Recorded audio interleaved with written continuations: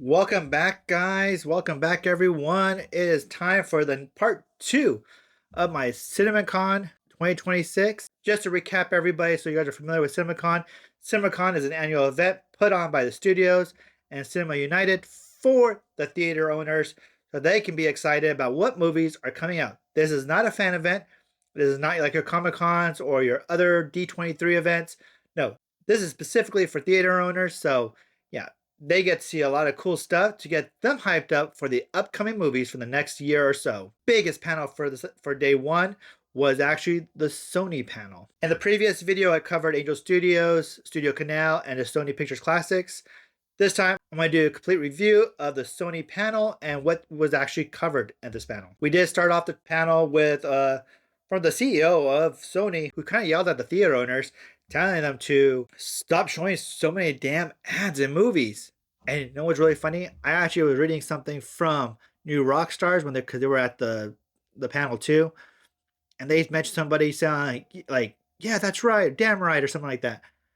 And in another video that I was watching from John Campea, it turned out that was John Campea. So it's like he yelled so loud that people from the other media outlets and actually were reporting on that comment. It made me laugh. Anyway, so yeah, there was that going on. But the first movie that I talked about was The Breadwinner, starring Nate Bargatze and Mandy Moore. Yeah, this one just looks kind of I don't know. I'm not too excited about this movie. The trailer has been out for a while.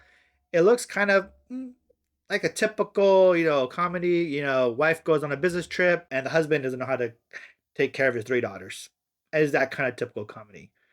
But, if you like those kind of movies, this is probably a movie just for you. Next up, we had our first clip for Spider-Man Brand New Day. They did show a clip at the panel, and from the description from I got from New Rockstars, it begins with Peter seeing Ned walk into a bodega and buy some green jackal beer. Could it be that the jackal is the main villain? We'll have to wait and see. Then pretty much Peter stalks, I'm going to say stalks, but they said follows Ned to a house party that he's having in his apartment for him and MJ. And is at this party, nobody knows who Peter Parker is or knows who he is. He kind of gets a beer and kind of like blends in with the crowd. And then he eventually sneaks his way into Ned's bedroom. He sees the little Chewbacca Lego figure of theirs on the desk or something like that. And this is where Ned comes in and shows him his spider tracker board. And we find out that Ned has this app that he created for trying to figure out who Spider-Man is. Because, Spider-Man has saved his lives when he was a teenager, but he wants to know who is Spider-Man. And of course, the thing is that his two picks are either going to be Flash Thompson or his old teacher, Mr. Harrington. So those are the two options for him as who Spider-Man is. From the description of the clips, this looks very heartfelt. Because we've seen these clips in the trailer. So you do see some of this scene play out in the trailer. Because the next scene is Mary Jane walking to the office. She does her little quip about the friendly neighbor. And we see MJ kiss her new boyfriend. You get to watch Peter kind of gradually get heartbroken even more. And we also find out that MJ did get a job at they get offered a new job at this company, but this heartless corporation, and she decided not to take the job. And the speculation is who it is, this heartless corporation. Could it be Oscorp? Could it be another company that's very familiar to Spider-Man comics? We'll have to wait and see. I think it might be actually Damage Control, to be honest. And they're the big ones, the big villains in the series. So, and then from there, we also get a little quick clips from that we've seen already from footage from the trailer. We get clips of Keith David talking about the three life cycles of a spider. Still, we don't know who Keith David is playing, but people are starting to speculate that he may be playing the Jackal. So we'll have to wait and see who he really does play. We get to see Peter Parker file a bunch of soldiers that are probably from Damage Control. So that's pretty much what we get there. We did get two brand new posters for a brand new day, and these posters look freaking amazing. I like the close-up of Peter Parker's mask with MJ in the eyes. That looks really cool. And come on, Spider-Man fighting ninjas. That's the second poster. That's pretty neat. So yeah, so that was Spider-Man Brand New Day. And I gotta be honest with you, it's kind of a letdown. They didn't really talk much. They didn't show any more footage. They didn't bring out any of the cast. They got a video of Tom Holland, but that's pretty much it. So that's kind of a bummer if you ask me. Next up, we did get the trailer for Insidious Out of the Further. This trailer has dropped online. Trailer looks great. Looks creepy. This is the 6th film, I think, in the series. So yeah, I don't know. The trailer looks good. The trailer was amazing. I did like the trailer. Has a creepy scene, especially the mouth scene at the dentist's office. Ugh, no. But yeah, that that was a cool trailer. So that came out today too. Next up, Zach Kragers came out and talked about Resident Evil, why he loves the franchise, and he's so excited for making this movie, and how this franchise isn't going to be connected to the video games, as not like and the storylines from the video games, but takes place in the world of the video games. And it's going to be unlike any of his other films where it's actually going to be a linear story from A to B.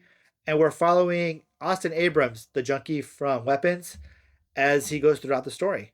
And we did get a clip from the movie. This is the description I got from New Rockstars. In the scene, a stranded driver, played by Austin Abrams, walks through a snowy and deserted farmhouse asking for help. The phone line is disconnected. Then we kind of see scenes where he's leaving a message for his wife or his significant other. We see the driver run out to the barn. He loads a shotgun. He goes down a tunnel. We see a beast zombie, huge zombies from the movie.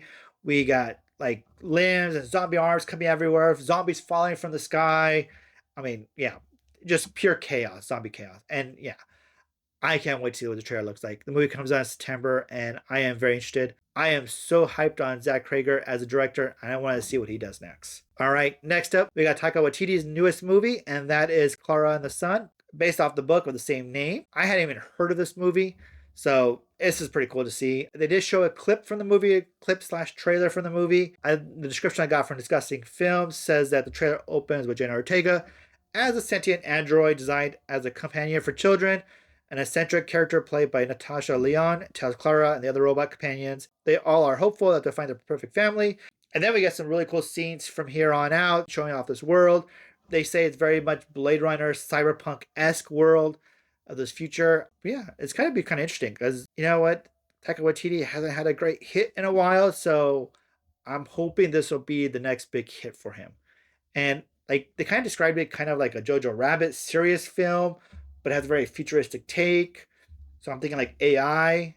So I don't know. It's going to be very interesting to see what this movie does. So next up, I'm going to go through updates on a bunch of different movies coming out that they're in production on.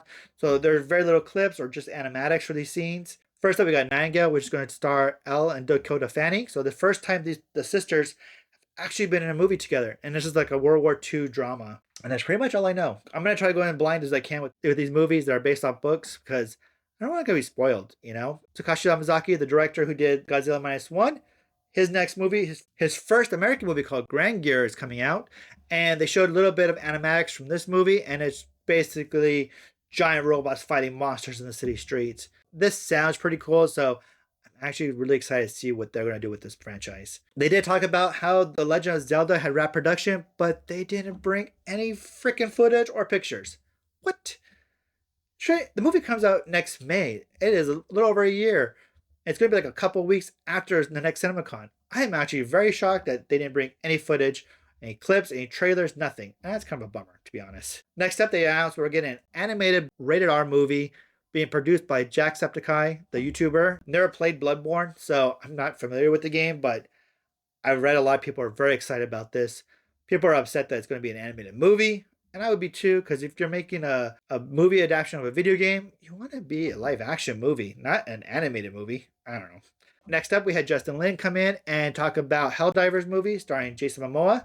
And yeah, Helldivers, the video game, is a very popular game right now. It's a military satire, much in the vein as Starship Troopers is. They fight bugs in this movie too. So I'm very curious how this movie's going to play out. Hopefully the audience will enjoy it. Hopefully it's not too goofy. And you know what? Justin Lin is a great director who has a lot of big blockbusters under his belt. From Sony Animation, we're also getting a movie called Bud, which is basically a movie about what if plants were alive. Yes. I guess it's like Toy Story, but with plants. You know, that's that true and tried combination to take inanimate objects and make them real. So that's what this movie is about. So I'll be very curious how this movie plays out. And I'm believing it's going to have some kind of environmental theme behind it. Next up was The Social Reckoning. And this one is what people were super interested in seeing because this is the sequel to The Social Network. And it takes place more in the modern day for Facebook, and it's about Mark Zuckerberg and the trials. It's more of a modern media political film starring Jeremy Strong as Mark Zuckerberg. We did get a small clip from the movie, and what I got from Discussing Film's description, it was the footage opens on Mikey Madison as a Facebook engineer, Francis, and Jeremy Allen White as reporter Jeff Horowitz, and discussing a potential story exposing the Facebook company's secrets.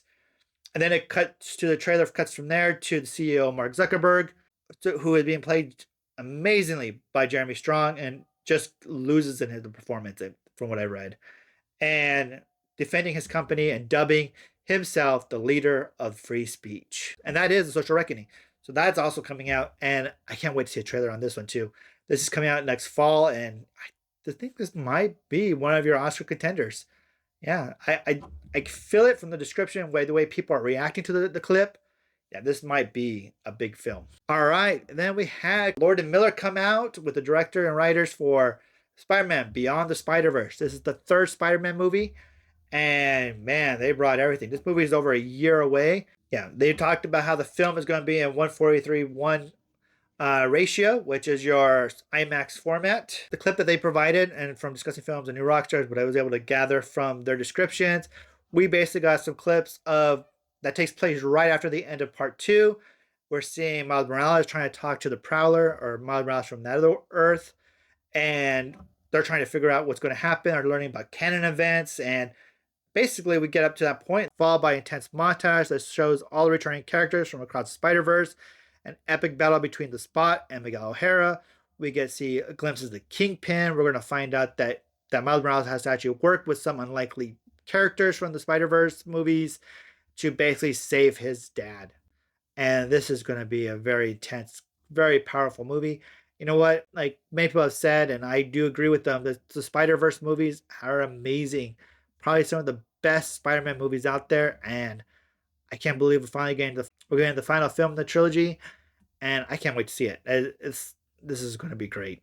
So, yes, we got Spider-Man Beyond the Spider-Verse coming out. And last but not least, part of the Sony panel, we got Jumanji Open World. And this is the newest Jumanji film that's coming out on Christmas Day. And the third one in that new series starring The Rock, Jack Black, Karen Gillan, and Kevin Hart. And in this movie, we pretty much find out that the characters from the video game are now in the real world. And now we're going to have the human actors from the first 2 films interacting with their avatars in the real world. Stuff's going to happen. It's going to be crazy. Yeah, and the clip that from Discussing Films, they talk about how all these characters are. We do get to see scenes of them traveling through like a desert area, being chased by ostriches when they wake up in the real world, and how they actually are dealing with all the craziness coming into the real world, the different animals, creatures, and stuff like that. Yeah, this one looks like it's going to be a very fun final film. The Rock does mention that there will be a lot of Easter eggs to Robin Williams in the first movie throughout the movie. So that's going to be fun to look for those Easter eggs. So yeah, I'm kind of looking forward to this and seeing where this goes. This is going to be believe this is the final film in the series.